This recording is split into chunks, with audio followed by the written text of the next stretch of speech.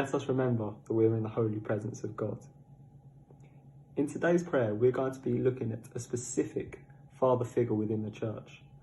I personally would have loved to have talked about the church fathers such as Augustine, Basil or Origen that wrote a large body of biblical commentaries. However, instead we're going to be more specifically looking at Saint Joseph, Mary's husband, a father figure within the church, and how we can strive to be more like him. Pope Francis has called this very strange year, 2021, the year of Saint Joseph. At a time where a global pandemic has forced millions of people to live tucked away, to maybe be silent throughout the day, hidden in the corners of their homes, we turn to Saint Joseph, a model of this hidden life. Joseph has no speaking role in any of the scriptures, and is shown to be a working father that lives in the shadows of Jesus and Mary. To some, he seems pretty useless. He sort of becomes like what Stormzy would call a backup dancer. He's not the front and centre in the limelight. He's in the back doing what he's being asked.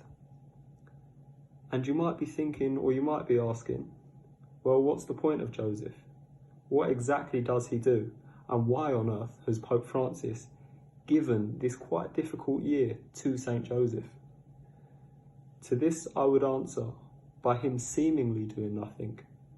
This speaks volumes about him as a father and an individual. Like the majority of us, we may go through our lives without doing a heroic act or being at the centre of attention.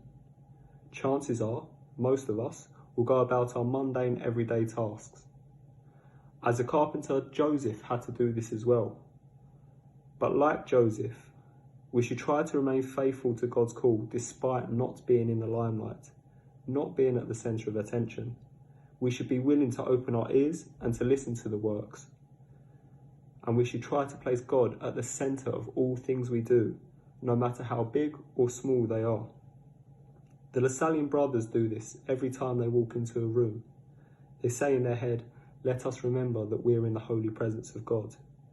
Therefore, remembering God wherever they are. And at some Jesuit schools, the student writes AMDG, Ad Maiorem de Gloriam, meaning the greater glory of God, at the tops of their pages. So they're remembering God within their studies. They're dedicating their studies to God. Joseph willingly accepts God's call with an open heart and mind. He places God's will at the centre of his life, though he is shown to be in the shadows of both Jesus and Mary.